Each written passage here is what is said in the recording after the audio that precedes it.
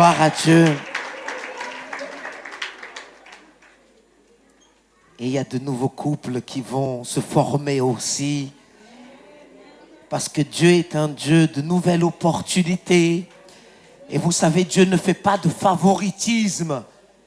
On n'a pas besoin d'être jaloux les uns des autres. On n'a pas besoin d'être jaloux de la bénédiction de quelqu'un d'autre. Au contraire, on devrait se réjouir quand quelqu'un est béni.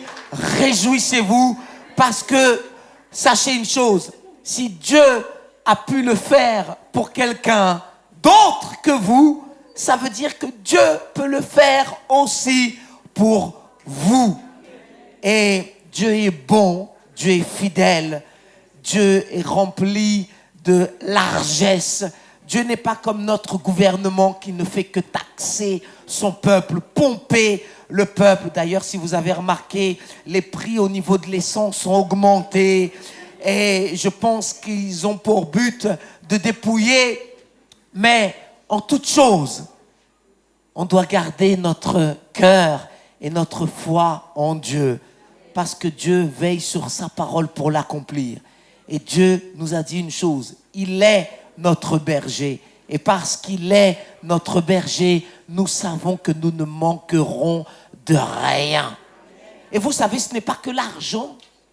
Si vous avez un peu ce sentiment de solitude, et Dieu seul sait à quel point, avec tout ce qui se passe, nous pouvons nous sentir seuls, isolés. C'est pourquoi c'est bon de venir à l'église. Parce que quand nous venons dans la maison de Dieu, nous sommes entourés de bonnes personnes. À côté de vous, il y a quelqu'un de bien. Je sais, cette personne n'est pas parfaite. Elle est loin d'être parfaite. Mais dis-toi une chose, assis sur ta chaise aussi, il y a quelqu'un qui n'est pas encore parfait. Qui veut qu'il se perfectionne, mais qui ne l'est pas encore. Alors, dans un endroit où nous ne sommes pas tous parfaits, mais nous avons le désir de nous perfectionner, nous sommes bien entourés. Alors, rendez grâce à Dieu que vous ne soyez pas seuls dans cette saison. Et si c'est le cas, appelez-nous à l'église, envoyez-nous un mail parce que nous avons des personnes avec beaucoup de cœur. Et ce sont nos leaders de groupes familiaux qui, semaine après semaine, parcourent l'Eure-et-Loire pour aller rendre visite à nos frères et sœurs par l'intermédiaire de nos groupes familiaux. Alors, s'il vous plaît, faites-le savoir si vous êtes dans un endroit un peu plus reculé et que vous voulez avoir de la compagnie, de la bonne compagnie autour de vous. Manifestez-vous et c'est avec plaisir qu'on viendra vous rendre visite ou vous donner l'endroit du groupe familial le plus proche de chez vous. Amen. Amen. Gloire à Dieu. Et aujourd'hui, je vais faire quelque chose que je fais depuis des années, c'est vous transmettre la parole de Dieu. Alors, est-ce que vous êtes prêts pour la parole de Dieu? Oui. Et je voudrais aussi transmettre mes sincères condoléances à certaines personnes. Je ne vais pas mentionner qui, mais qui sont passées par une phase un peu difficile récemment. Mon cœur est avec vous, avec votre famille aussi, qu'elle soit proche ici ou éloignée à des milliers de kilomètres. Vous savez, Dieu dit une chose, on doit pleurer avec ceux qui pleurent. Et on doit aussi se réjouir avec ceux qui se réjouissent. Mais une famille passe par différents types de saisons. Votre vie, et je pense que vous avez déjà le témoignage, que dans votre vie, les saisons ne sont pas les mêmes. Il y a des saisons de joie. Et dans les saisons de joie, s'il vous plaît, profitez. Quand c'est le moment de se réjouir, ne venez pas avec un esprit abattu. Mais vous savez, il y a d'autres saisons, parfois un peu plus sombres, un peu plus ténébreuses, par lesquelles on passe. On ne reste pas dans cette saison. Ne restez pas dans une saison de tristesse trop longtemps. Vous passez par là, mais dites-vous une chose, après la pluie, le soleil va arriver. Après la froideur de l'hiver, il y a l'automne, et après l'automne, il y a le printemps. Enfin, pardonnez-moi, voilà. Après l'hiver, c'est quoi? L'automne. Ah, le printemps, oui, voilà. Donc, Après la froideur, il y a quoi? Il y a le printemps. Et quand le printemps arrive, il y a les bourgeons qui commencent à apparaître. Il y a des oiseaux qu'on n'entendait plus qui commencent à chanter. Et vous savez, le printemps est annonciateur d'une autre saison. Et l'autre saison, c'est quoi? C'est l'été où on est en short. Ah, Laetitia est à côté de son mari. Gloire à Dieu. Allez, levez-vous pour qu'on puisse vous... Allez. Ah, regardez comment ils sont beaux.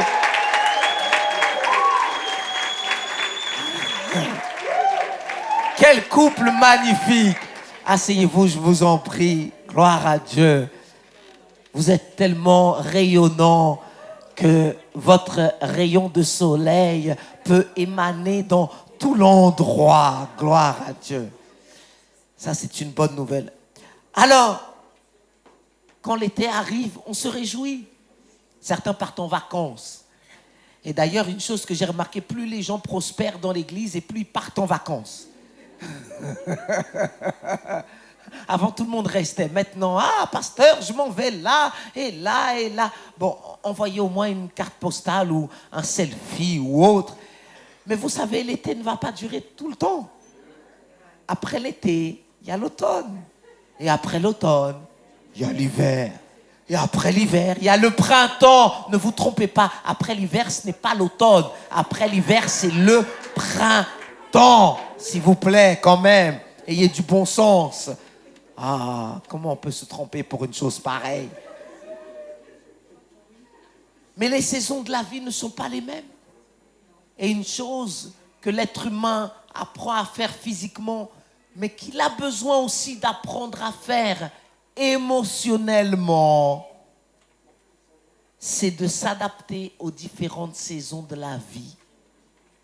Fou est la personne qui en était à 40 degrés à l'ombre et habillée avec une doudoune, avec un bonnet de ski, avec des chaussettes qui montent jusqu'ici et des moufles et qui sort à la plage où tout le monde est en maillot de bain avec la crème solaire et habillé avec sa tenue de ski. Ne faites pas ça. Votre tenue est décalée par rapport à la saison dans laquelle vous êtes. Maintenant, si vous aimez la montagne, les sports d'hiver, n'y allez pas en maillot de bain. Oui, je sais, certains dans les pays de l'Est sont tellement habitués qu'ils sortent en hiver dans la mer ou autre. Mais nous ne sommes pas tous habitués à la même chose. Et pourquoi je dis ça? Quand vous êtes dans une saison un peu plus sombre, ayez aussi des vêtements qui soient adaptés à cette saison. Et les vêtements adaptés à la saison vont vous permettre de faire face à ce que vous devez faire face, sans attraper froid, sans être malade continuellement. Donc, dans les moments les plus tristes de votre vie, trouvez-vous des gens joyeux. Et la bonne nouvelle, c'est que dans l'Église, nous avons des personnages tellement exceptionnels. Si vous avez envie de personnes un peu spontanées, des personnes qui démarrent au quart de tour, qui peuvent vous mettre dans la joie, je vous suggère, je vous conseille de vous entourer d'une personne comme Cassandra.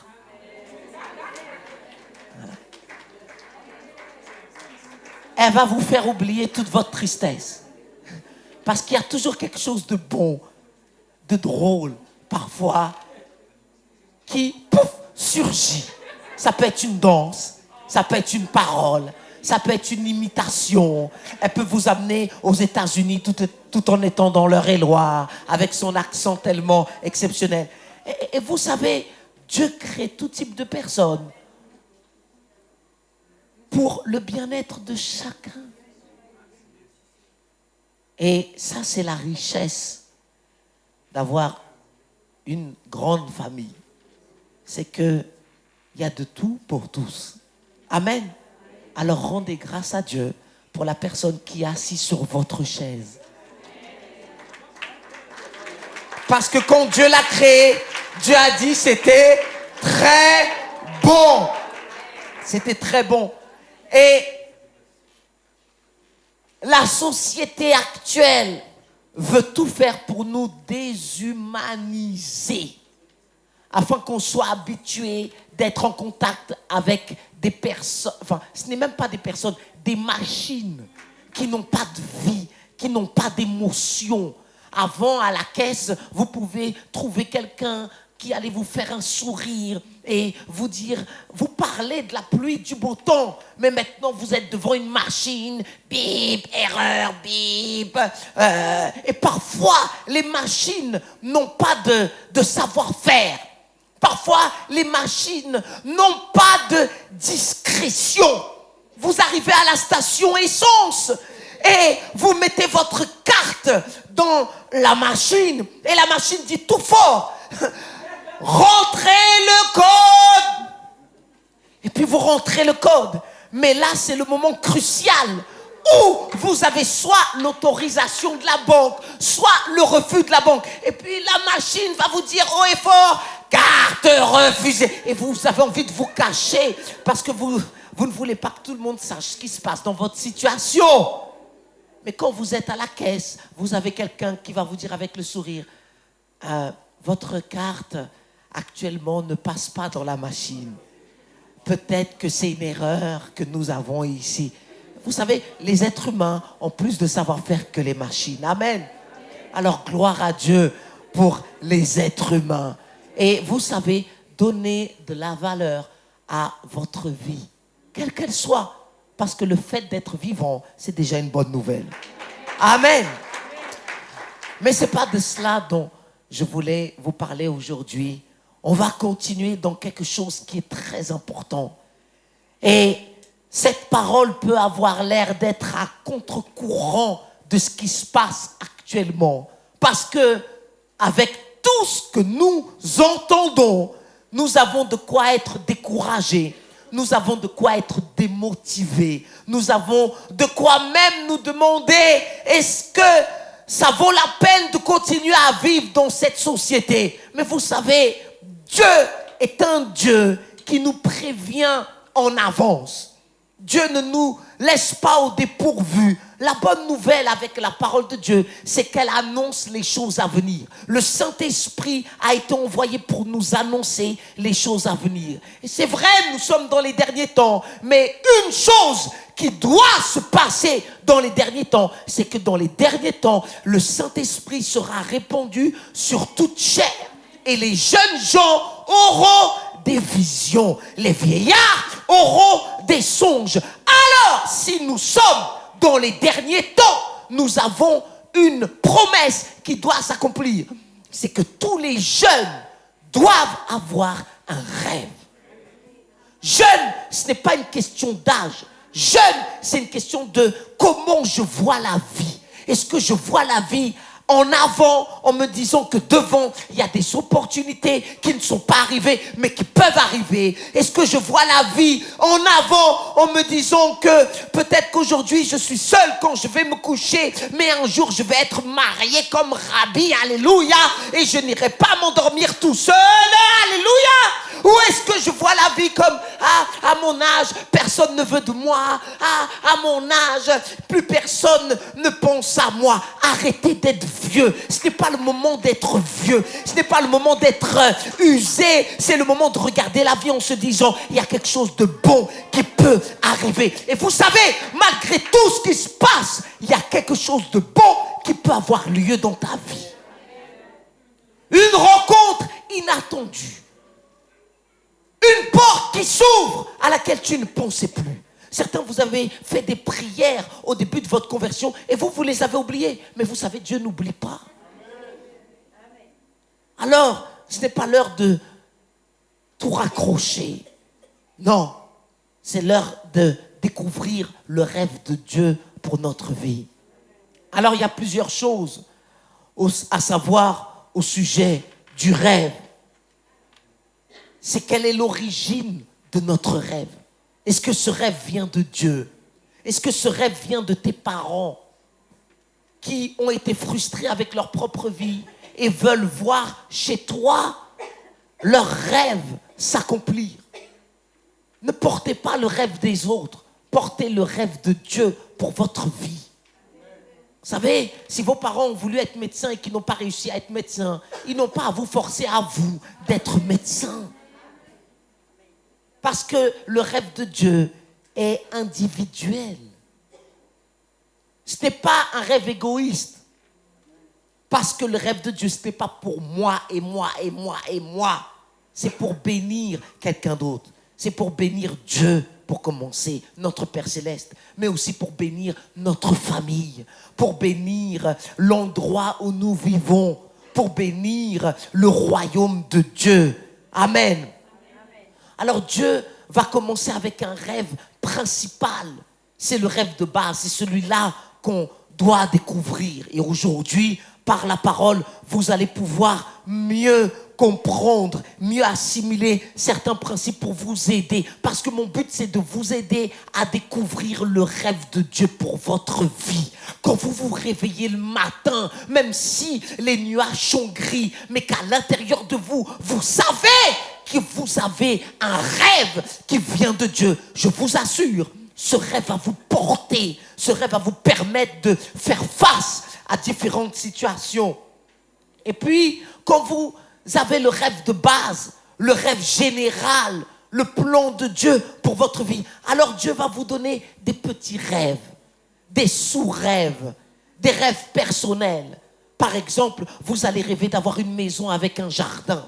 Vous allez rêver de partir en vacances aux Bahamas, ou en République dominicaine, ou à Tahiti, ou peut-être que vous allez rêver d'avoir un petit chien. Vous allez avoir des petits rêves. Et Dieu réalise les désirs de ses enfants. Quand ils sont bien positionnés, Dieu ne se prive pas de bénir ses enfants. Et parfois, vous allez avoir des petites choses aussi ponctuelles que Dieu va faire pour vous encourager à persévérer dans le plan de Dieu. Alors, chaque personne ici, chacun d'entre vous, sans exception, il n'y a pas une personne qui est ici pour qui Dieu n'a pas un rêve. Alors, s'il vous plaît, ne vivez pas votre vie en dehors du rêve de Dieu. Sinon, ça sera un gâchis. Sinon, ça sera une perte de temps. Et vous savez, plus le temps passe et plus les choses qui avant pouvaient attendre, avec le temps, ça doit se passer. Et certains d'entre vous, vous êtes dans une phase où le rêve de Dieu, non seulement vous avez besoin de le découvrir au plus vite, et c'est pour ça que nous recevons ces enseignements. Mais le recevoir, c'est une chose. Après, il faut le vivre. Et vous serez la personne la plus heureuse sur la face de la terre. Ce n'est pas l'argent qui va vous rendre plus heureux. Croyez-moi, ce n'est pas l'argent. Vous pouvez penser que, mais l'argent, plus vous en avez, vous allez avoir une révélation tellement profonde. Plus vous en avez et plus vous allez le dépenser.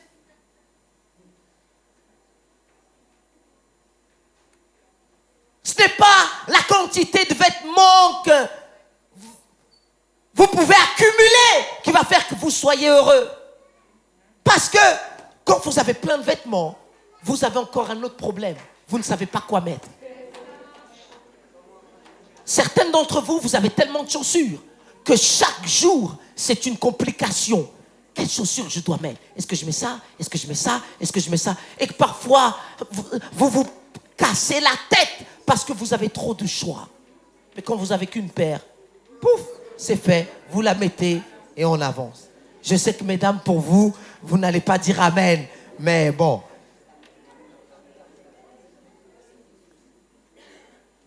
Alors, le rêve de Dieu, ce n'est pas quelque chose que vous choisissez.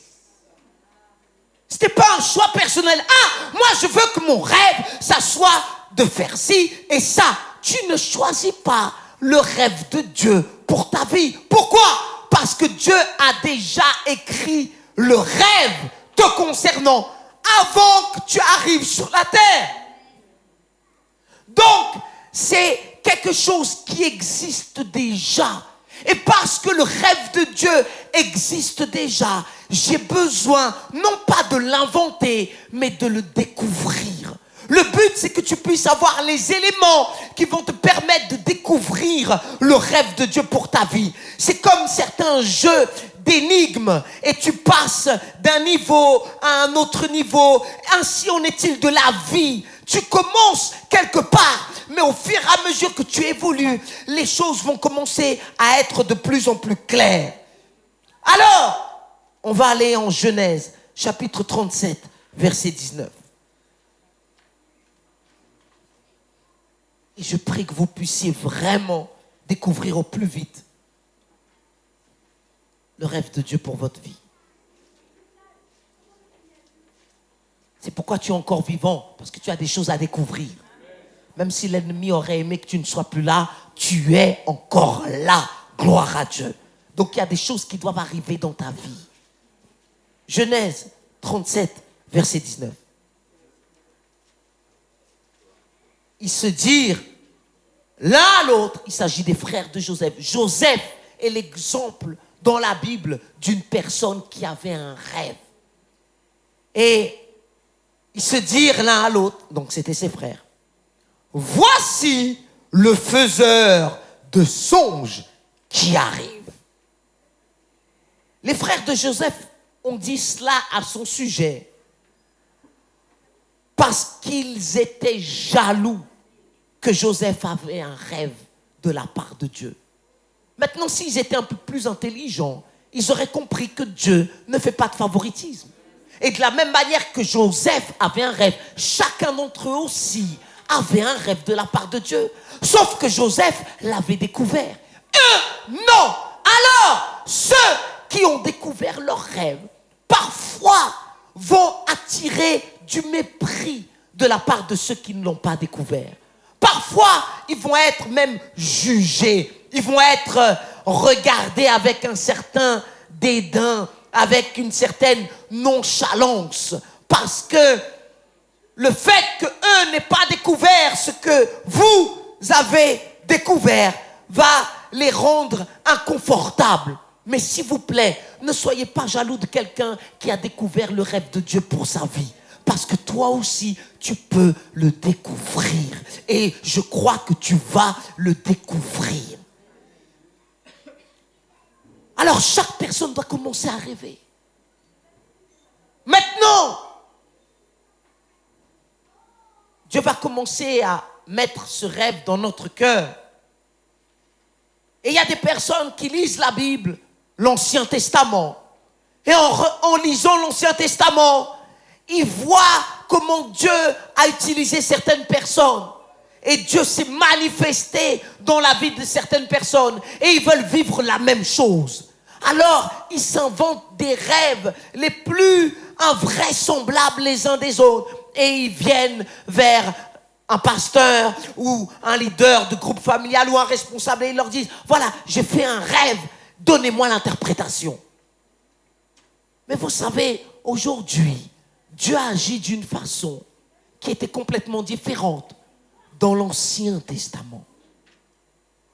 Vous savez, dans l'Ancien Testament, Dieu avait mis Adam à dormir. Et Dieu avait pris sa côte pour en faire une femme. Et il lui a dit, voici ta femme, os de tes os, chair de ta chair. Gloire à Dieu que Rabbi n'a pas eu besoin de dormir.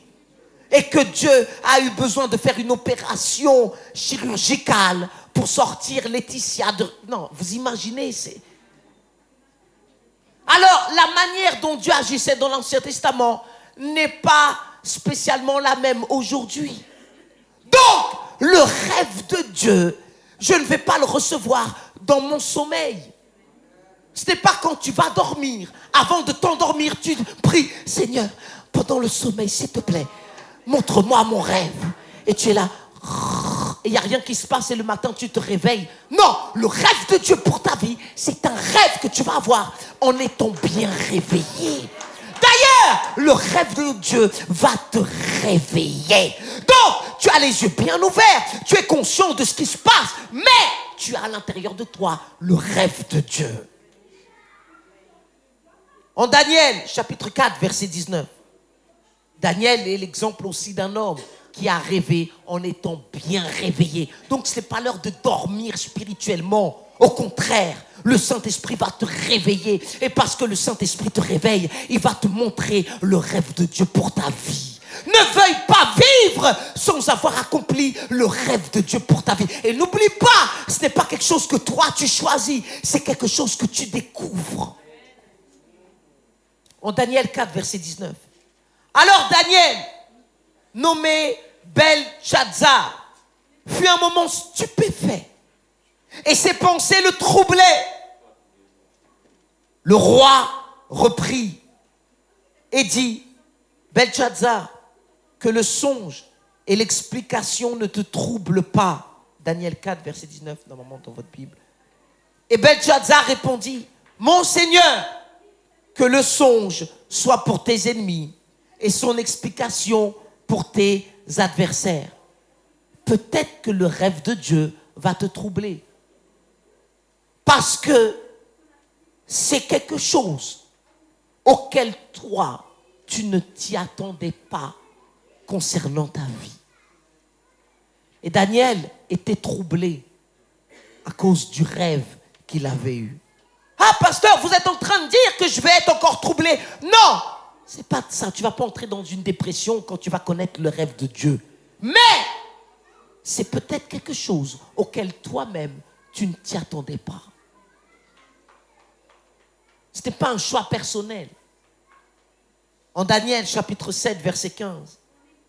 Moi, Daniel, j'eus l'esprit troublé au-dedans de moi. Daniel avait son esprit troublé. Et les visions de ma tête m'effrayaient. Le rêve de Dieu a troublé Daniel. Pas d'une manière négative. Parfois, le rêve de Dieu va faire que tu te poses la question, Seigneur, tu ne t'es pas trompé de personne.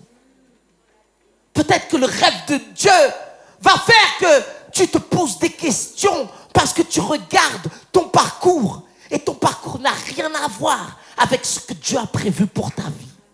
Tu regardes ta situation et ta situation n'a rien à voir avec le rêve de Dieu pour ta vie. Et c'est pour ça que nous devons marcher par la foi et pas avec des raisonnements humains. Parce que Dieu ne te demande pas comment il va faire pour que le rêve s'accomplisse. Ce que Dieu veut, c'est que tu sois obéissant, non seulement pour le découvrir, pour l'accepter, pour l'embrasser et puis pour le vivre.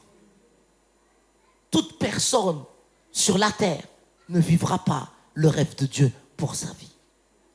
Le cimetière est rempli de rêves cachés, de rêves avortés, des gens qui auraient dû accomplir des choses et que pour plusieurs raisons ne l'ont pas fait. C'est pourquoi restons jeunes. Parce que quand on est jeune dans l'esprit, notre perspective de la vie est une perspective positive, est une perspective de foi. Ça peut s'accomplir. Ça peut s'accomplir. Ça peut. Il n'est jamais trop tard pour entrer dans le plan de Dieu pour notre vie et vivre. Il n'est pas trop tard. Dis à quelqu'un, il n'est pas trop tard. On dit lui, il n'est pas trop tard. Alors ne soyez pas trompés par le diable en vous disant, ah, regarde ton état aujourd'hui. Quel est le rêve de Dieu? Non, il n'est pas trop tard. Et je ne laisserai pas des pensées négatives venir court-circuiter ce que Dieu veut faire. Parce que la parole de Dieu, si tu la reçois avec incrédulité, elle ne portera pas de fruits. Si tu la reçois avec beaucoup de stress, beaucoup d'anxiété, beaucoup de doutes, tu ne verras pas la promesse de Dieu s'accomplir. Et il faut que cette parole s'accomplisse dans ta vie.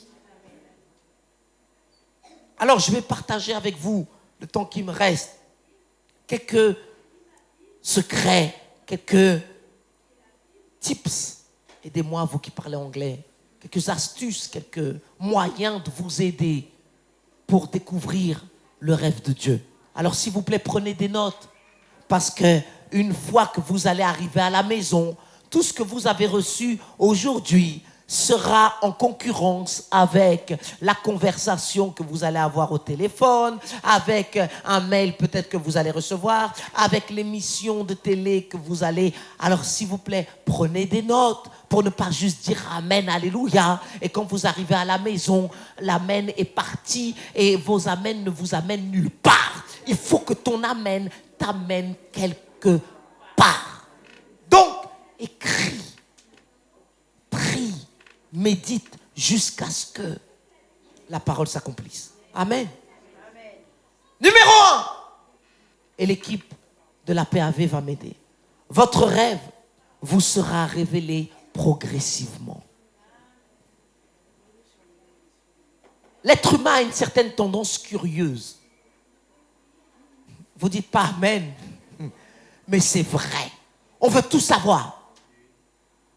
Quand on apprend que quelqu'un est sur le point d'avoir un enfant, alors, c'est un garçon, c'est une fille. Regardez, même la nature fait que le sexe de l'enfant ne peut pas être révélé le premier jour où vous savez que vous êtes enceinte. D'ailleurs, vous, mesdames, lorsque il y a de la vie qui commence à être conçue à l'intérieur de vous, parfois même vous ne savez pas ce qui se passe. Ça veut dire que tout n'est pas révélé tout de suite. Votre rêve va vous être révélé progressivement. Vous n'allez pas avoir tout de suite le plan général. Vous allez avoir quelque chose qui va vous orienter dans la bonne direction. Mais vous n'allez pas tout savoir tout de suite. Et d'ailleurs, tant mieux. Parce que si on savait tout de suite, parfois notre incrédulité allait tout gâcher. Vous savez, c'est comme lorsque vous êtes perdu dans un endroit, vous devez aller quelque part. Je sais, aujourd'hui, on a le GPS. Et le GPS nous montre la destination, fait le calcul entre le temps de départ et le temps d'arrivée. Il peut même calculer les bouchons ou autres. Mais il fut un temps, dans une vieille époque dans laquelle j'ai grandi, il y a des siècles et des siècles en arrière, où certains d'entre vous, vous n'étiez même pas nés. Mais moi, dans mon époque ancestrale, il y avait un moment donné où quand on voulait aller quelque part, on demandait à quelqu'un, s'il vous plaît, vous connaissez où est la rue Ronsard? Et pour ceux qui connaissaient parfaitement la rue Ronsard, pour eux c'était facile.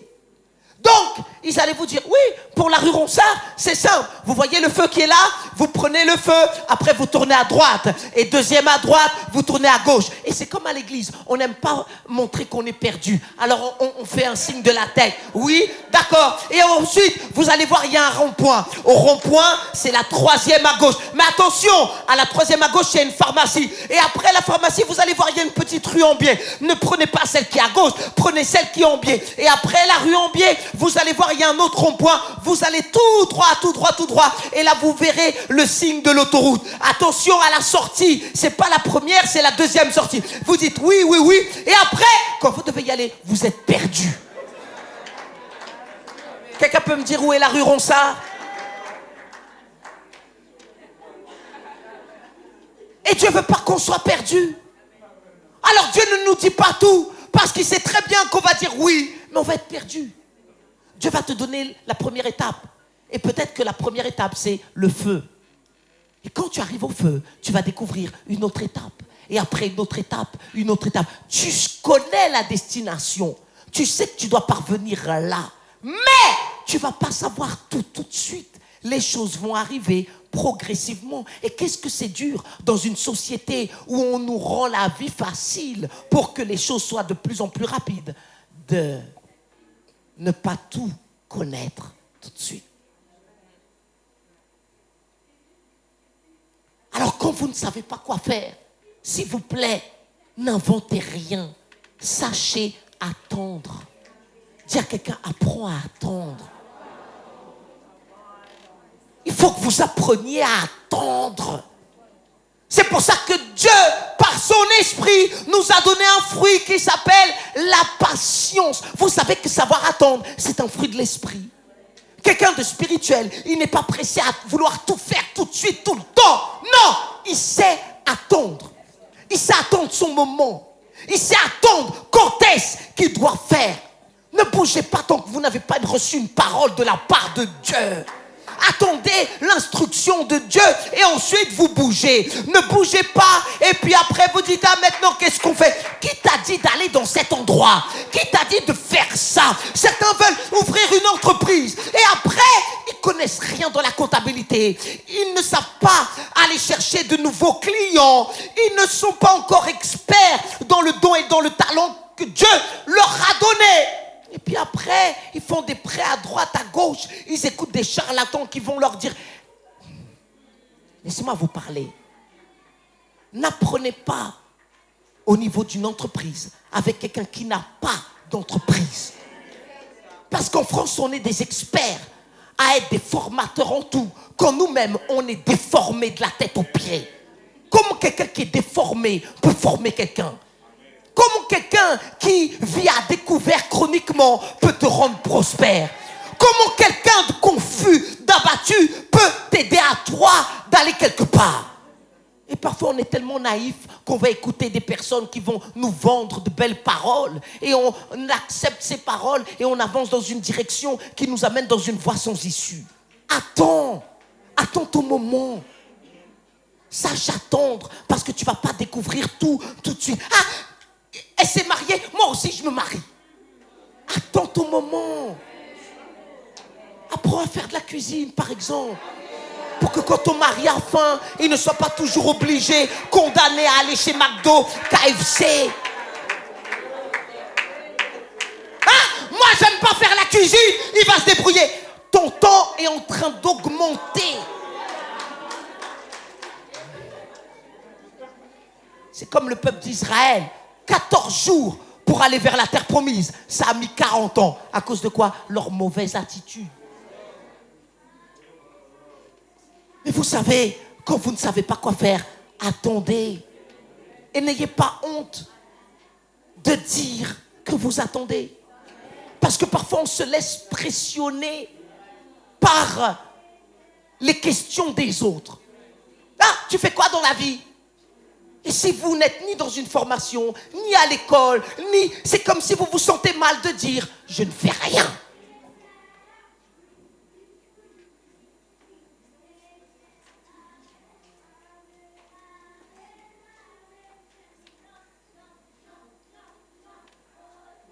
Qu'est-ce que je suis en train de faire? J'attends.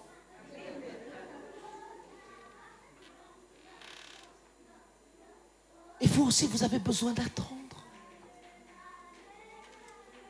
Certaines personnes font des études, 3 ans plus tard, elles disent « Ah, finalement, je ne suis pas fait pour ça. » 3 ans de gâchis. Attendez votre moment et sachez que vous allez découvrir les choses progressivement. Dis à quelqu'un « Apprends à attendre. »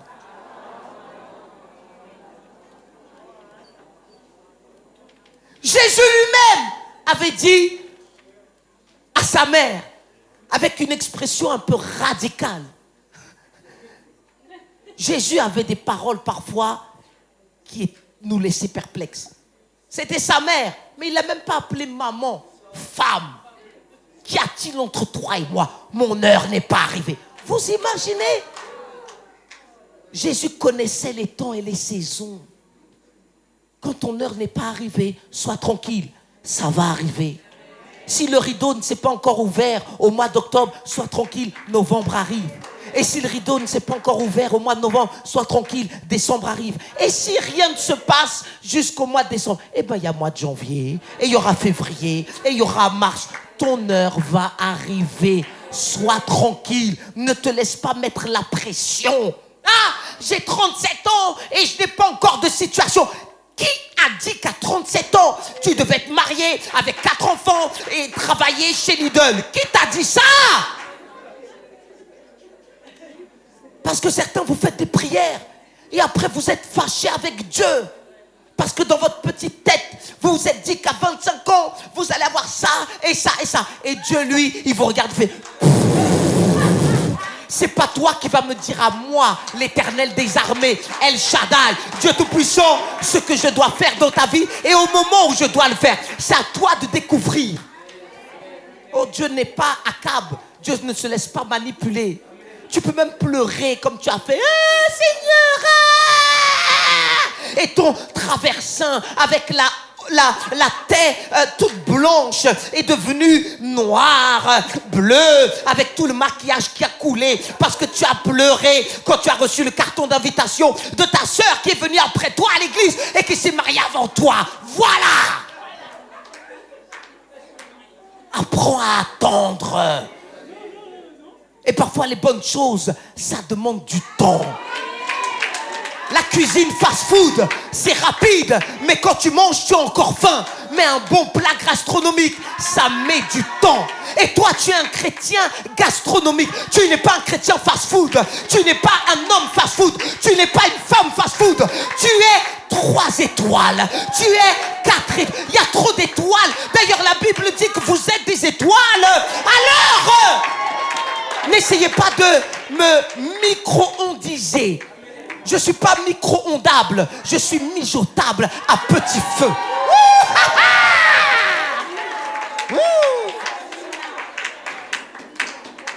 Laisse les pop-corn micro-ondes faire du bruit. Mais au bout d'un moment, ça s'arrête. Mais toi, c'est à petit feu que ça se passe. Quand les gens pensent qu'il n'y a rien qui se passe, t'inquiète pas, Dieu est dans le contrôle.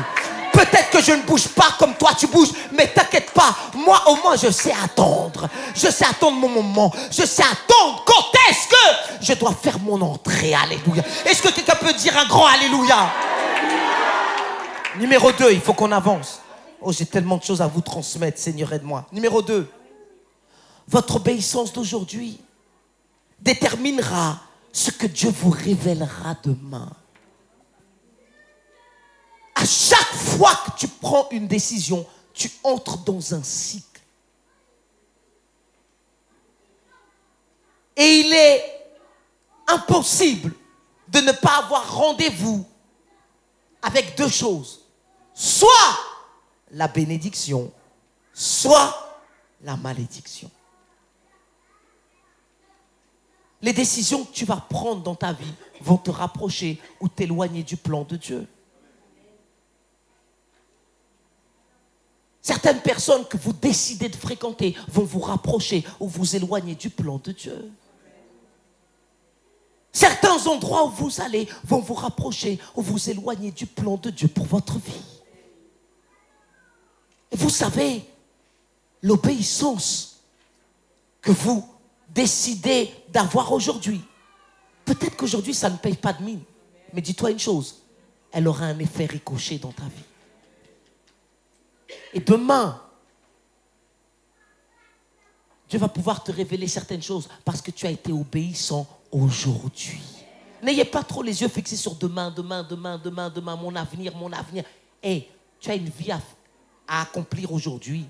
Demain, il y a quelque chose que tu dois faire. Quoi, je ne sais pas. Mais demain, ça sera une nouvelle journée.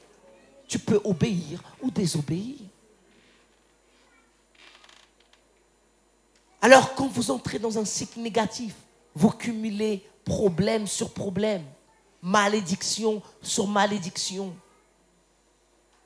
Et puis, vous ne sortez pas de ce cycle tant que vous n'avez pas rompu ce cycle. Et comment je romps, comment je mets fin à un cycle qui m'amène vers le bas? C'est l'obéissance. À ne pas confondre avec Joseph.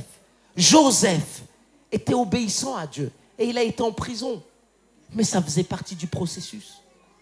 Dieu lui a montré le rêve. Il s'est enthousiasmé avec ses frères. Mais Dieu ne lui a pas révélé qu'il allait passer par la prison. Alors, quand tu passes par une saison à cause de ton obéissance, où les gens vont se moquer de toi, où les gens vont te regarder avec un genre... Comment ça se fait que tu sers Dieu et ta vie n'a pas décollé d'un poil? Comment ça se fait que tu lis la Bible et il n'y a rien qui se passe dans ta vie?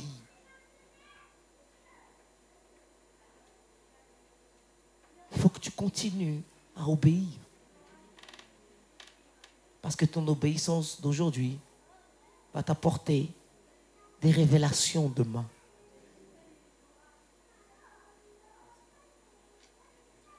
Alors, cumuler les bonnes décisions. Par exemple, venir à l'église, c'est une bonne décision. Parce que tu es en contact avec la parole de Dieu. Et cette parole peut changer ta vie. Beaucoup de vies ont été changées juste avec un rendez-vous. Vous savez que votre vie peut changer avec un seul rendez-vous. Un rendez-vous marqué par Dieu changera votre vie à tout jamais.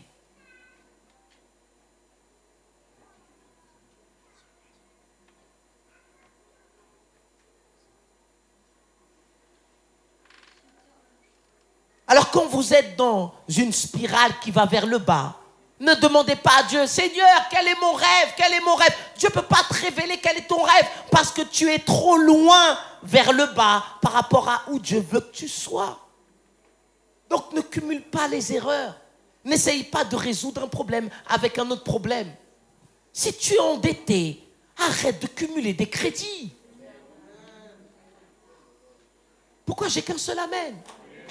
Tu as cumulé la carte de Cofinoga, tu as cumulé la carte de Cofidis, tu as cumulé la carte de Sofinco, tu as cumulé la carte de CTLM, tu as cumulé la carte de Casino, la carte de Carrefour. Et puis, tu demandes, Seigneur, c'est quoi le rêve de Dieu? Numéro 1, rembourse tes dettes. Oh là là, la révélation que tu reçois ne te fait pas crier au plafond, mais ton obéissance d'aujourd'hui te permettra demain d'avoir autre chose. Comment Dieu peut te confier une entreprise avec un capital de 100 000 euros quand tu as 1 000 euros et tu dépenses 3 000? Dieu ne peut pas te faire confiance.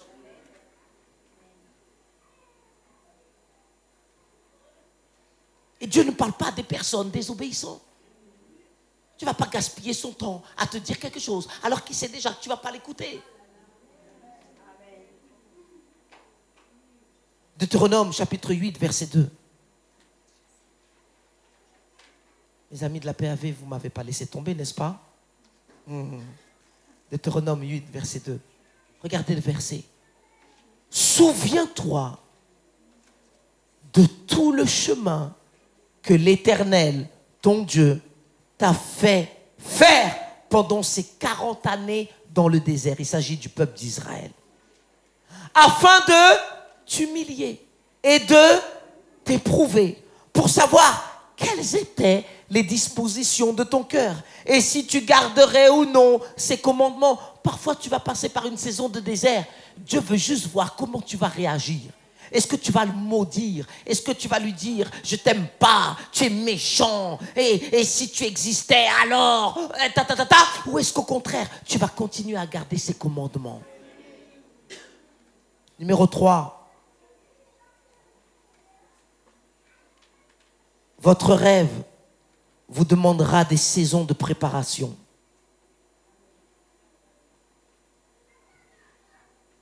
Ton rêve se trouve à l'intérieur de tes capacités, de tes talents, des dons que Dieu t'a donnés.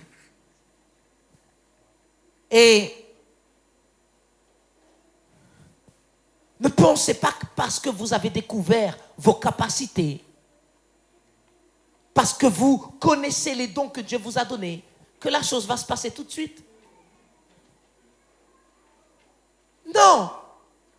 Tu es conscient des dons et des talents que Dieu t'a donnés. Certains d'entre vous, vous avez des dons et des talents culinaires. Avec de la farine, des œufs, du lait, vous faites des gâteaux incroyables. C'est un don que vous avez. Comment je sais? Certains, malgré que vous ayez les recettes de 700 grammes, 750 grammes, marmiton ou autre, tout est écrit en détail. Vous avez les ingrédients. Quand vous faites la chose, ça ne ressemble à rien du tout. Vous n'avez pas un don pour ça. Amen. D'autres, vous avez un don pour arriver dans un endroit et faire que cet endroit qui ne paye pas de mine soit bien décoré. Vous savez où mettre les plantes pour que ça ait du charme. Vous savez où mettre telle couleur avec telle chose. C'est un don. Moi, je reconnais que je n'ai pas ce don. D'autres, vous avez un don pour communiquer. Quand vous êtes dans un endroit, vous communiquez. Vous ne passez pas inaperçu. Tout le monde sait que vous êtes là. D'autres, vous avez un don pour prendre soin des enfants, par exemple. Mais un don nécessite un temps de préparation. Jésus est l'exemple. Jésus est venu sur terre. Il était Dieu lui-même incarné en chair. Il savait tout faire des petits. C'est pour ça qu'à 12 ans, il était déjà dans la synagogue. Mais regardez, le ministère terrestre de Jésus n'a duré que 3 ans et demi. Et Jésus est entré dans son ministère à l'âge de 30 ans. Certains, vous avez 25 ans, vous êtes déjà en train de râler. Jésus s'est préparé pendant 30 ans pour 3 ans et demi. Coucou. Vous avez entendu? Il s'est préparé pendant 30 ans juste pour 3 ans et demi de ministère. Alors peut-être que Dieu va faire la même chose dans ta vie. C'est les 3 dernières années et demie de ta vie où tu vas expérimenter le ministère de Dieu. Peut-être. Certains, je vois, non, je ne veux pas cette parole. Et si c'était un test, juste pour voir l'état de ton cœur? Mais vous savez, mieux vaut accomplir en 3 ans et demi le plan de Dieu que de passer des années à galérer.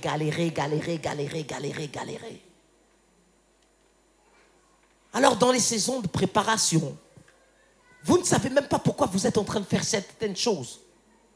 Mais quelqu'un sait pourquoi vous êtes obligé de faire cette chose qui n'a rien à voir avec le plan de Dieu pour votre vie.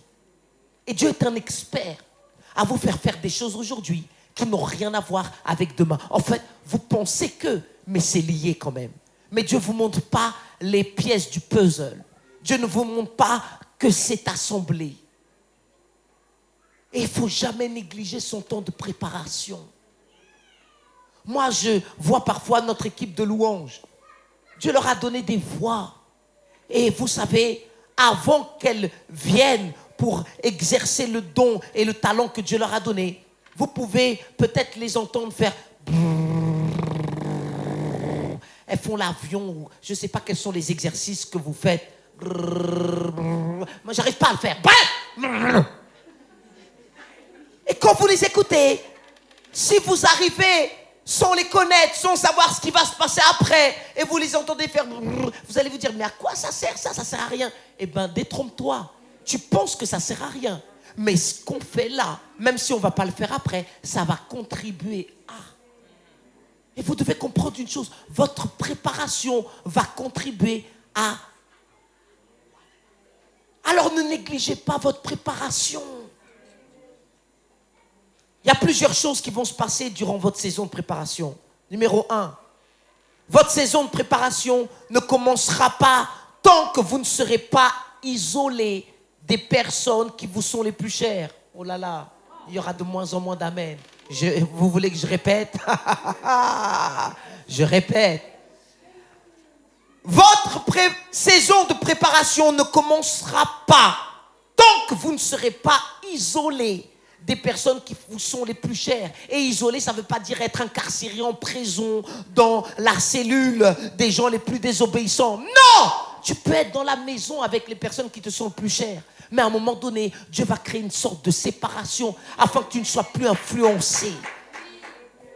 Parce que le plan de Dieu pour ta vie n'a rien à voir avec celui de ton voisin.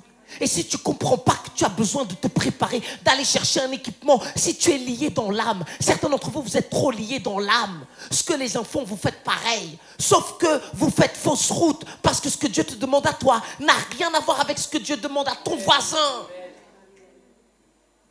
Tu es peut-être issu d'une famille avec une mentalité de pauvreté. Et Dieu veut faire de toi quelqu'un de multimillionnaire. Et Dieu a besoin de te séparer. Parce que les décisions que tu prends ne sont pas neutres. elles sont toujours influencées par ce que A dit, par ce que B est en train de dire, par ce que C est en train de dire. Et souvent, écoutez-moi, notre propre famille est notre propre obstacle au plan de Dieu pour notre vie. Vous savez, si j'avais écouté moi mes parents, je ne serais jamais en train de faire ce que je fais. Je serais derrière un tour. Je n'ai pas dit à tour, un tour. Une fraiseuse, si vous voulez. En train de fabriquer des pièces pour Dassault ou Michelin. Vous m'imaginez, moi, en bleu de travail toute la journée. Au bout d'un moment, j'allais commencer à faire n'importe quoi dans l'entreprise. Ce n'est pas qui je suis. Ce n'est pas ce pourquoi j'ai été façonné. Alors, à un moment donné de ma vie, j'ai dû m'isoler des personnes que j'aimais beaucoup pour prendre une décision qu'ils n'allaient pas accepter. Faire l'école biblique, par exemple. Oh, ils n'ont pas aimé. Et quand une autre décision est arrivée et que je leur ai dit, je vais me marier, là, c'était le coup de massue. J'étais prêt pour eux à être interné dans un hôpital psychiatrique. Je sais qu'il y a encore de la folie chez moi, mais Dieu est à l'œuvre. Amen. Dites un grand amen. D'ailleurs, vous priez pour moi, n'est-ce pas? Pour que Dieu me donne de la sagesse et de l'intelligence. Vous êtes des personnes de foi. Ce que vous ne voyez pas, vous savez que ça peut arriver. Mais souvent, les gens qui vous connaissent le plus vont vous attirer vers vos faiblesses. Comme elles ont vu vos moments de vulnérabilité, vos faiblesses, elles vont vous dire, fais attention, toi tu es comme ci, tu es comme ça. Attention, il y a ça qui s'est passé dans ta vie. Hein? Et puis au lieu de prendre un risque, vous allez... Ah oui, c'est vrai.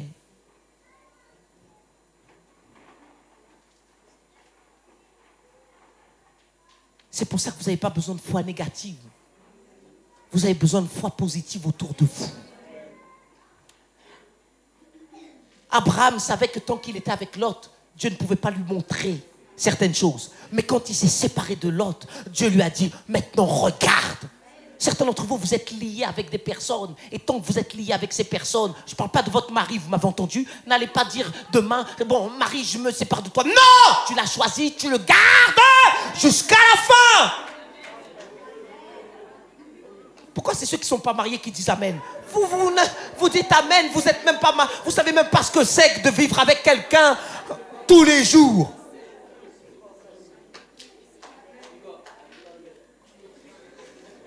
Mais parfois, les gens vont transférer leurs doutes sur vous. Les gens vont transférer leur peur sur votre vie. Parce qu'ils se mettent à votre place. Or, ils ne vivent pas à votre place. Ils vont transférer toute leur incrédulité. Ce que eux, ils n'oseraient pas faire, ils vont vous dire à vous, mais non, ne le fais pas parce que ça. Eh oh, ma vie, c'est la mienne. La tienne, tu es responsable de toutes tes décisions. Mais s'il te plaît, ne viens pas faire entrave aux décisions que moi, je décide de prendre. On est en train de voir les saisons de préparation. Alors parfois, il va falloir que vous preniez une décision, monsieur, qui va vous demander du courage. Sortir de chez papa et maman pour rentrer chez toi. Et tu vas voir qu'à 20h, si tu n'as rien fait, la nourriture ne va pas débarquer. Tu vas avoir une révélation que pour avoir ne serait-ce que des raviolis, il faut prendre une boîte de raviolis et l'ouvrir et faire quelque chose. Certains parlent de mariage, mais ne comprennent pas qu'il faut qu'ils se préparent pour arriver quelque part. Vous savez, le mariage, c'est pas avoir juste une bague et une belle robe et dire ça y est, je suis marié. Ça, c'est la cérémonie. Comme je dis aux personnes, ne confonds pas le mariage avec la cérémonie du mariage. Parce que la cérémonie, elle dure quoi, 24 heures? Vous avez ce témoignage? Tous les bons cupcakes, c'est fini. Toutes les belles verrines, c'est terminé. Il faut se préparer pour la suite. Il y a une suite dans ta vie, il faut que tu te prépares. Numéro 2, votre préparation, ou B comme vous voulez. Votre préparation commencera lorsque vous aurez de moins en moins de gens qui vous comprennent. Oh là là, Seigneur. Plus les gens peuvent vous comprendre, plus cela montre que vous êtes loin de votre rêve. Parce que votre rêve va susciter de la jalousie. Votre rêve va susciter de l'incompréhension. Comprenez que le rêve vient de Dieu. Dieu est esprit. Dieu est en haut. Dieu est grand. Dieu est puissant. Alors, Dieu ne va pas placer un rêve dans ta vie qui est normal, qui est naturel, qui est compréhensible avec une tête humaine. Ce n'est pas possible d'un point de vue humain. Ce n'est pas possible d'un point de vue naturel. Ce n'est pas une formation quelconque dans le monde qui va te permettre d'entrer dans le rêve de Dieu pour ta vie. Ton rêve n'est pas associé à tes études. Il est associé à lui. Et parfois les gens, avec leur tête naturelle, vont court-circuiter le plan de Dieu pour ta vie. Et parfois tu vas être incompris d'une multitude. Mais t'inquiète pas, tout est sous contrôle. Jésus, ses propres parents ne le comprenaient pas. Ses frères ne le comprenaient pas. Même ses disciples ne le comprenaient pas. Vous savez, quand Jésus a repris sévèrement Pierre, j'imagine la tête des autres disciples. Ah, toi qui penses que tu as une révélation qu'il est le Christ, le Fils du Dieu vivant. Hein? Cette révélation qui t'a été donnée d'en haut. Dieu fait exprès de vous faire passer du froid au chaud en peu de temps. Quelqu'un a une machine à laver à la maison? Je ne sais pas comment est votre machine à laver. Mais le programme le plus long, par exemple le coton à 90 degrés, ça dure longtemps. Et puis, vous mettez le linge dans la machine. Vous ne vous mettez pas à la place du linge que vous mettez. C'est pour ça que vous le mettez comme ça, les rangs de ton. Quand il est sale, parfois l'être humain est comme ça. Quand c'est sale, allez, je veux pas de toi. Hein. Mais Dieu est un expert à prendre le linge sale et à mettre de l'adoucissant, à mettre de la lessive. Même si tu arrives sale, t'inquiète pas. Dieu a de quoi te purifier. Dieu a de quoi te permettre de sentir bon. Ta louange fait que tu sentes bon. Ton adoration fait que le parfum adoucissant du ciel commence à venir sur toi. Alléluia. Mais le linge, pour qu'il devienne propre, au départ, il y a l'eau qui arrive. Et puis après, il fait un tour. D'un côté, il s'habitue. Après, hop, de l'autre côté. Et après, il n'y a plus d'eau. Et après, l'eau arrive. Et après, ça. Et ensuite, à un moment donné, il y a l'essorage. Et parfois, notre vie, c'est une vie d'essorage. Vous avez déjà eu ce témoignage? Vous avez l'impression que dans votre vie, c'est l'essorage. Il y a tout qui arrive, il y a tout qui débarque. Des choses que vous n'attendez pas, ça arrive par-ci, par-là. Comme Job, essorage. J'ai perdu ci, j'ai perdu ça. La voiture ne fonctionne plus. Une lettre des trésors publics arrive. Mon enfant, il devait faire quelque chose. Et puis, tu es dans une vie d'essorage. Tu dis, Seigneur, qu'est-ce qui se passe? T'inquiète pas, ça fait partie du programme. Et à la fin du programme, il y a une petite lumière. Tic, vert. Ne sois pas pressé. N'essaye pas d'ouvrir la porte. Elle est encore bloquée.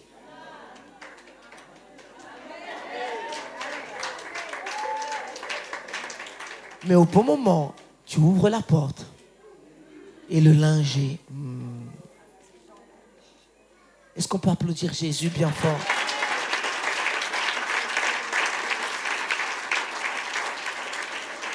Et on a bientôt fini. Numéro 3 ou C. Allez, C. La saison va changer. Dis à quelqu'un, la saison va changer. Tu ne vas pas toujours vivre une saison d'incompréhension. Il y a une autre saison qui arrive. Il y a une belle saison qui arrive dans ta vie. Ne sois pas pessimiste. Ne raccroche pas avec ce que Dieu a commencé.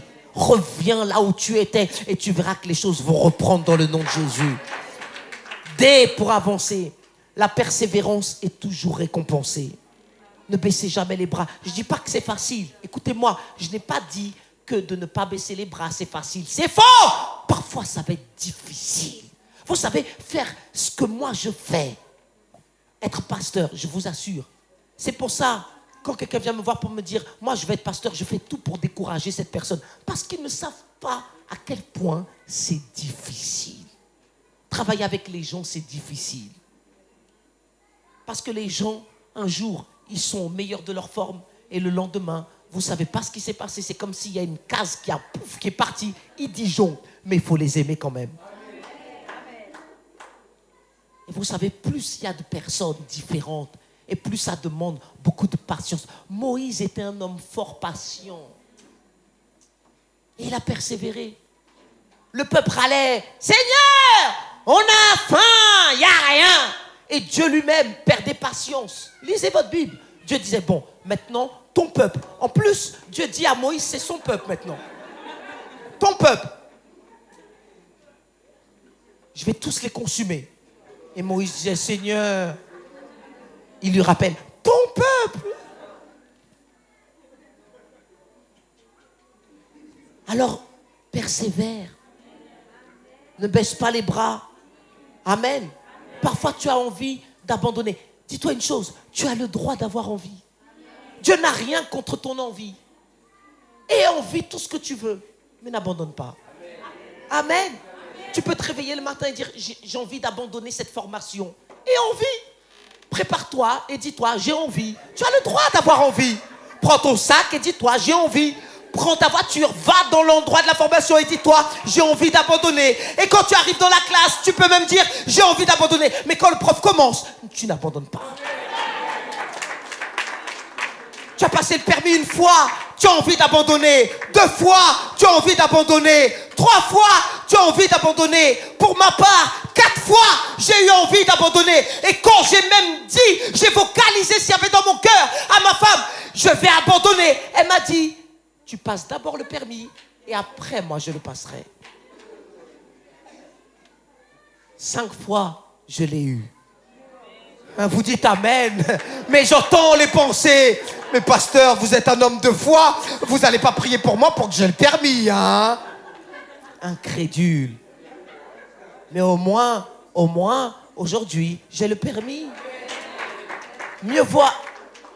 C'est mieux du premier coup. Et certains d'entre vous, vous avez eu cette grâce. Du premier coup, boum. Mais d'autres, vous savez, ça demande plus de temps. Ils comprennent vite, mais il faut leur expliquer longtemps pour qu'ils comprennent. Et vous savez, les saisons vont changer. Alors, n'abandonne pas. Dis à quelqu'un, n'abandonne pas. Et on va finir. Après une préparation bien réussie, il y aura toujours une saison de bénédiction réussie. Parfois, la préparation, elle est fastidieuse. Elle est même parfois ennuyeuse. Il y a un film qui n'est pas spirituel, il n'est pas chrétien. Parce que certains vous mettez des labels. C'est chrétien, c'est pas chrétien. C'est chrétien, c'est pas chrétien. Vous êtes tellement labellisés dans votre tête que si quelque chose n'est pas chrétien, vous... La chaise n'est pas chrétienne. La moquette n'est pas chrétienne. Ce micro n'est pas chrétien. Alors bouge tes oreilles. N'écoute pas la prédication parce que le micro n'est pas chrétien. Le pupitre n'est pas chrétien. Cet appareil n'est pas chrétien. Ça non plus, c'est pas chrétien. Mes vêtements ne sont pas chrétiens. Mon caleçon n'est pas chrétien.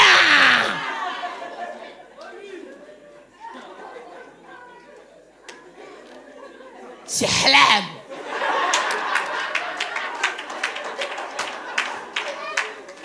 C'est pas chrétien. Voilà. Ce que je viens de dire, ce n'est pas chrétien. Qu'est-ce que tu vas faire? Certains, vous êtes tellement pharisiens, plus pharisiens que... Et parfois, ça c'est pas chrétien, c'est chrétien, et l'écran n'est pas chrétien, et le piano n'est pas... Attention, si tu touches le piano, oulala, il y a des choses qui vont se transférer dans tes doigts.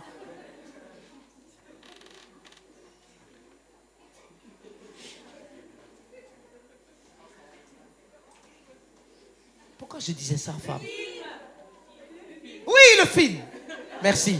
Au moins, il y a des personnes qui suivent. Merci. Ah!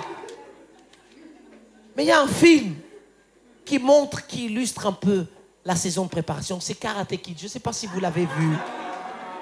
C'est pas chrétien, attention. Si vous regardez votre télé, peut-être, pouf, va exploser. Mais il y a un jeune qui veut faire du karaté. Et il est pressé de faire du karaté. Et il est en contact avec quelqu'un qui sait ce que le karaté requiert. Dis-toi une chose, il y a des gens qui savent ce dont tu as besoin pour arriver là où tu dois arriver. Ne pense pas que tu sais tout. Dis-toi qu'il y a des gens qui savent plus que toi. Est-ce que je peux avoir un amen? Quelqu'un a ce témoignage? Que quelqu'un peut savoir un peu plus que nous?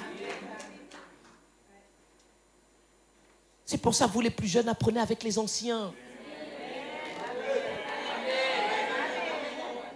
Tes parents parfois vont te dire une chose. « Oh, moi je sais. » Ils ont vécu au moins 3 fois ta petite vie. Mais il veut faire du karaté. Lui, il veut arriver. Et son professeur lui dit, non. Toi, tu te vois déjà. Il jette le manteau. Mais... vous l'avez... je ne suis pas le seul à regarder des films non chrétiens. Merci Seigneur.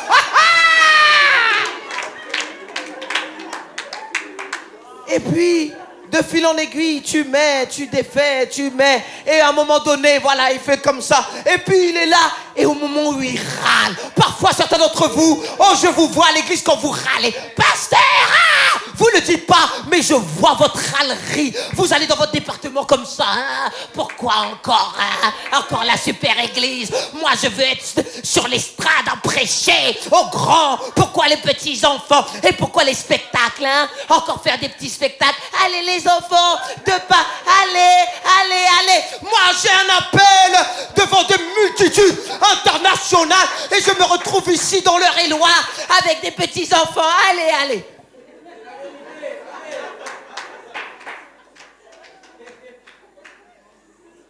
Certains, vous voulez le micro pour être leader de louange.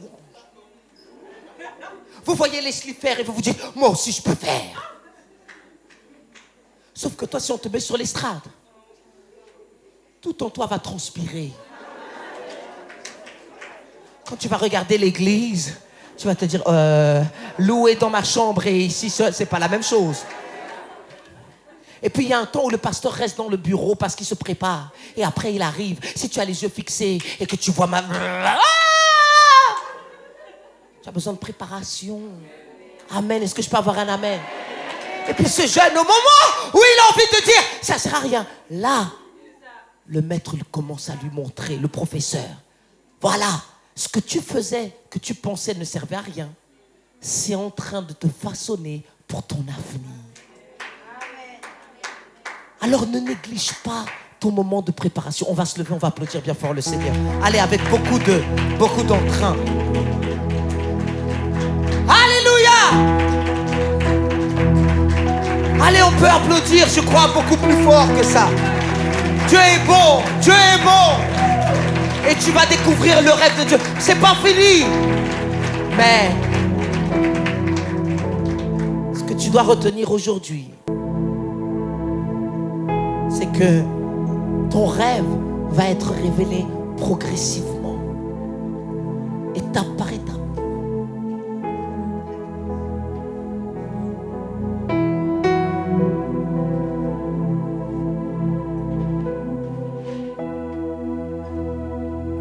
J'aime pas parler de moi parce qu'on peut penser que je suis orgueilleux, mais vous savez, quand je parle de moi, c'est parce que je connais ma vie.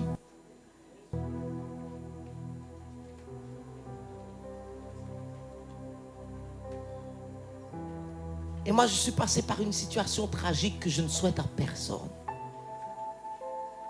Je souhaite à personne de se retrouver sur un lit d'hôpital entre la vie et la mort. Et ce n'était pas Dieu qui était en train de me préparer. C'était le diable qui avait assez d'emprise dans ma vie à cause du vide, à cause de l'absence de repères. Et quand vous cumulez des décisions négatives, parfois, le cumul peut vous amener à prendre une décision qui peut-être sera irréversible. Il y a des gens qui ont voulu mettre fin à leur vie et malheureusement, elles ont réussi. Peut-être que toi, tu as essayé, mais gloire à Dieu que tu as échoué. Parce que tu es encore là. Et ce n'est pas par hasard que tu es vivant. Parce que Dieu a besoin de faire quelque chose avec toi. Mais parfois, Dieu va permettre que vous passiez par des saisons douloureuses.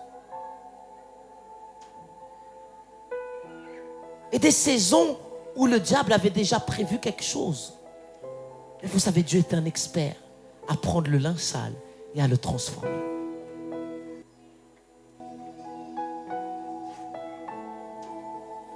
Vous êtes tous pratiquement plus intelligents que moi. Je n'ai pas été bien loin dans les études.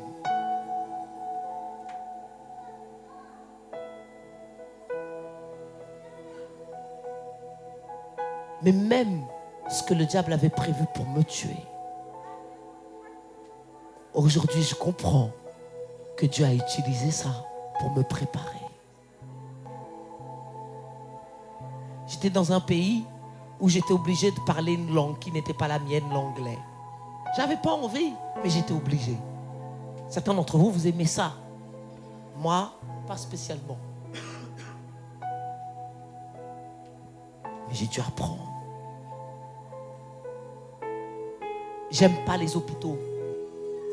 C'est pour ça, vous qui travaillez dans les hôpitaux, je me prosterne devant vous parce que vous avez une force que, pour vous, c'est un don que Dieu vous a donné. Mais c'est une force que vous avez. Une force de voir des gens souffrants et que leur souffrance ne déteigne pas sur vous, avoir de la ressource pour les aider. Vous savez, certaines personnes, si vous souffrez, elles vous lâchent. Il y en a d'autres, quand vous souffrez, elles sont proches. Tout le monde n'est pas pareil.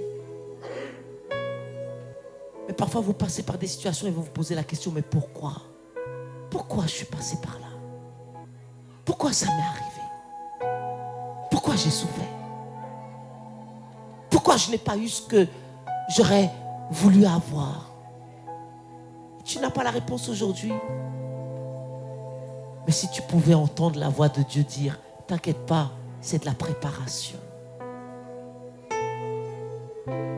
Et même ce que le diable a fait pour te détruire, Dieu peut l'utiliser et le transformer en ta faveur.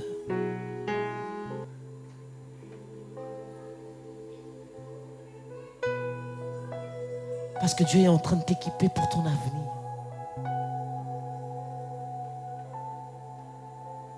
Et un jour, tu vas te dire, maintenant, je comprends. Je comprends.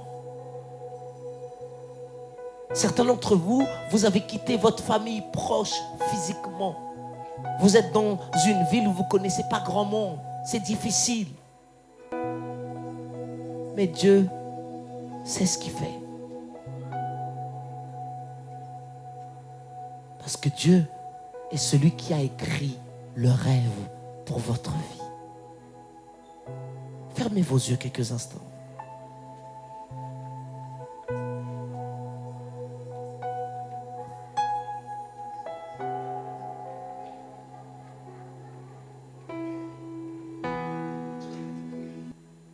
Dites avec moi, Seigneur,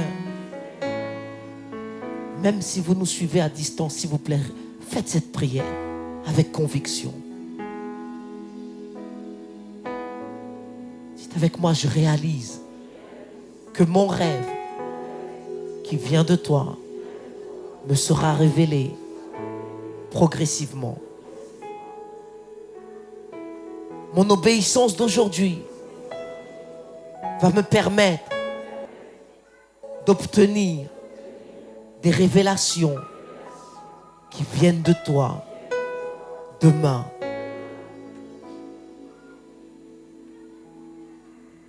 Je ne vais pas négliger ma saison de préparation. Quelle qu'elle soit, je vais l'accepter avec une bonne attitude, avec de la patience, de l'humilité.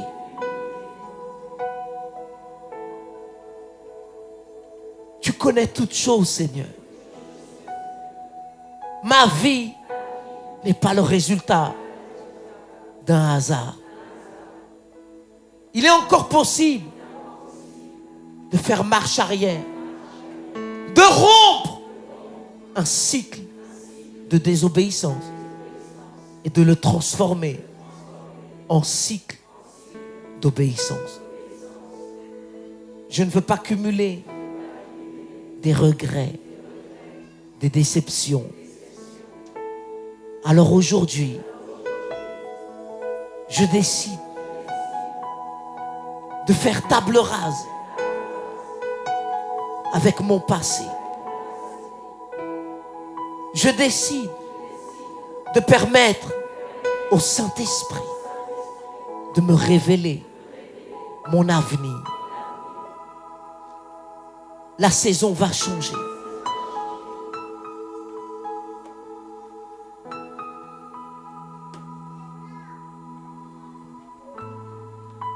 J'aurai le courage de t'obéir au milieu de l'incompréhension.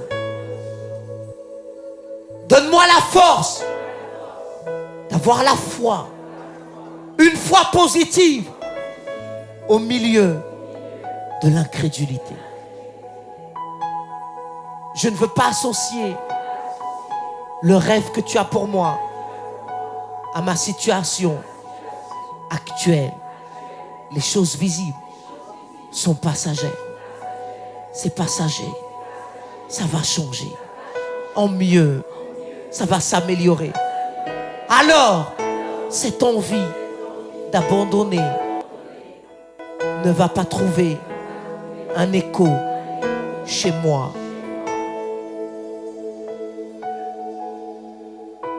À certains d'entre vous, non, écoutez, à certains d'entre vous, vous avez eu envie d'abandonner votre foyer, d'abandonner des gens qui vous aiment.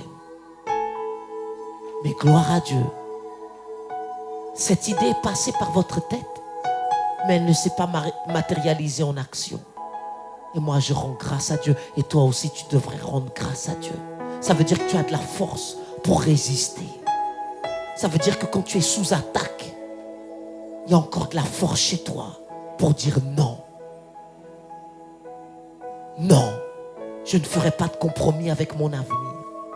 Non, je ne vais pas briser mes valeurs.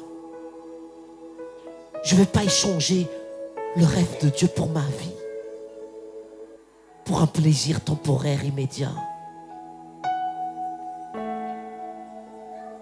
Parce que parfois, ce qui peut être alléchant aujourd'hui sera accompagné de tristesse demain. Adam et Ève pensaient que Dieu voulait les priver de sagesse et de connaissance. Alors ils ont pris un fruit qui était agréable à la vue, bon à manger, mais ils ne savaient pas que Satan était en train de les emmener vers une destruction. Vous pouvez me dire, oui, mais Jésus est venu.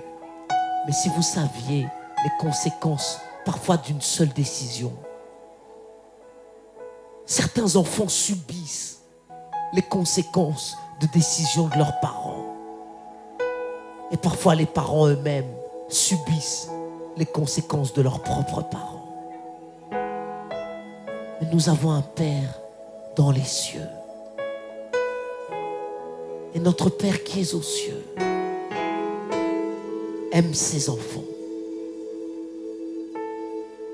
Et pendant que vous gardez vos yeux fermés, peut-être que vous m'écoutez et vous dites, où était Dieu quand j'avais besoin de lui?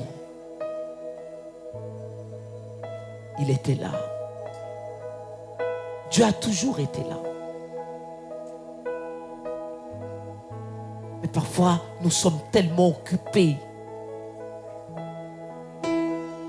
notre cœur est tellement préoccupé à accomplir des choses personnelles, des ambitions, à cause de la peur, qu'on n'écoute pas cette voix de Dieu qui nous appelle.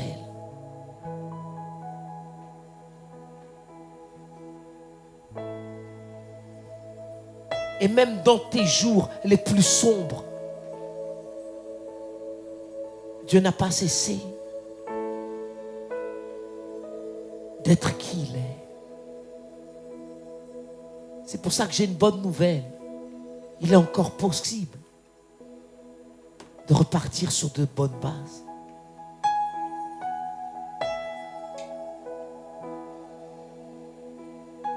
Il n'est jamais trop tard avec Dieu. Et il suffit d'une décision de qualité pour que tout redémarre. Non pas comme avant, mieux qu'avant. Moi, j'aimerais que tu aies la foi, non pas pour que les choses soient comme avant, pour qu'elles soient meilleures qu'avant. Le Jésus avant la croix n'avait rien à voir avec le Jésus glorifié après la croix. Et peut-être que le diable t'a ciblé pour te détruire. Mais Dieu est assez puissant pour ressusciter. Ressusciter ce rêve, ressusciter ta foi, ressusciter ton cœur. Et un cœur qui n'a pas la vie ne peut pas vivre.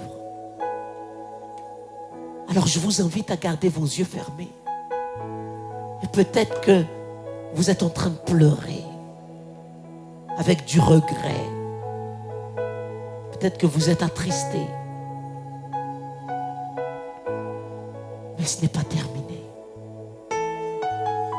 Alors si vous dites, s'il vous plaît, pasteur, comment je peux faire pour sortir de toute cette situation dans laquelle je me suis mise sans savoir que j'allais arriver là? Comment je peux faire pour sortir de là? Peut-être que vous êtes comme moi, il y a quelques années, allongé sur un lit d'hôpital. Mais c'est possible de sortir de là. Alors écoute cette voix qui vient du ciel et qui te dit, reviens, viens dans les bras de Jésus. Il est le seul qui peut essuyer tes erreurs. Il est le seul.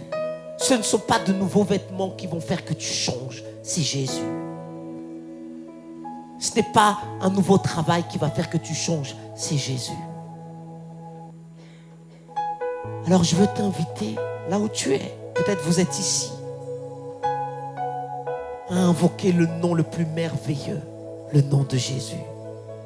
Et il y a une promesse qui dit que quiconque invoquera le nom du Seigneur Jésus, il sera sauvé.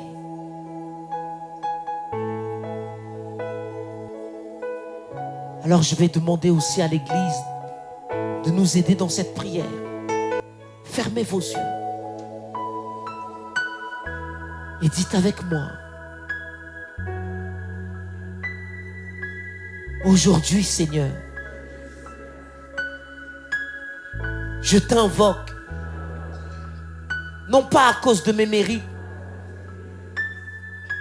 ni de mes œuvres, mais à cause du sacrifice que toi tu as fait à la croix. Ce sacrifice qui t'a fait souffrir n'était pas en vain. Ma vie était la raison de ce sacrifice. Aujourd'hui, je viens vers mon Créateur et je veux que tu sois mon Père. Je veux devenir un enfant qui va suivre tes commandements. Un enfant qui prendra plaisir à écouter ta voix. Un enfant qui va se réjouir d'être dans ta présence. La vie ne m'a pas épargné. Mais aujourd'hui, j'ai encore espoir que ma vie entre tes mains sera incomparable. Seigneur Jésus, je ne veux pas résister à ta voix, à ton appel. Même si aujourd'hui, je ne comprends pas tout, je te fais confiance. Parce que je crois que la saison va changer. Je veux vivre ce rêve que tu as pour moi. Je veux le découvrir. C'est pourquoi je veux que ton esprit, le Saint-Esprit, habite en moi, demeure en moi et qui grandisse. Je veux te connaître personnellement. Je veux prendre plaisir à découvrir tout ce que tu as pour moi. Seigneur, je refuse d'accepter les mensonges de Satan qui veulent me faire croire que je suis un échec. C'est faux. La preuve, aujourd'hui, tu manifestes ton amour dans ma vie. Je reçois cet amour. Je veux vivre avec. Ton amour dans mon cœur me donnera le succès dont j'ai besoin. Je crois que tu m'écoutes. Je suis lavé, sanctifié par le sang de Jésus. Merci Seigneur. Amen. Amen. On va applaudir bien fort le Seigneur. Allez, on peut applaudir bien fort. Parce que parfois, derrière une prière, se cache une nouvelle vie. Parfois, ça peut paraître juste un moment arrêté dans le temps qui va déterminer beaucoup. Alors, où que vous soyez, soyez à l'écoute. Priez. Méditez sur ce que on vient d'écouter aujourd'hui. Il y a une suite. La suite, ça sera dimanche prochain. Mais surtout, sachez que Dieu a un rêve pour vous. Dites à quelqu'un, Dieu a un rêve pour toi.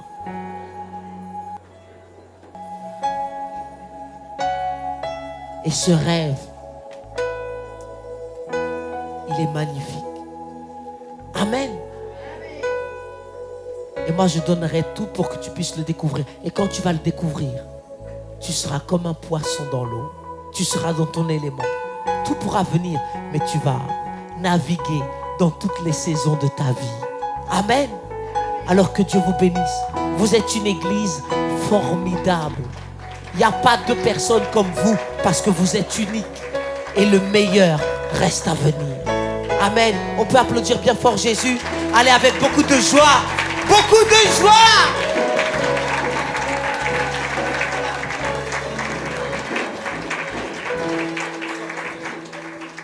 Alors ayez un excellent dimanche. D'ailleurs, je crois qu'il y a du soleil. Vous avez vu comment Dieu est bon. Au mois d'octobre, il y a encore du soleil. Amen. Force. Force. Et la saison va changer. On peut être en automne et avoir du soleil. Amen. Gloire à Dieu.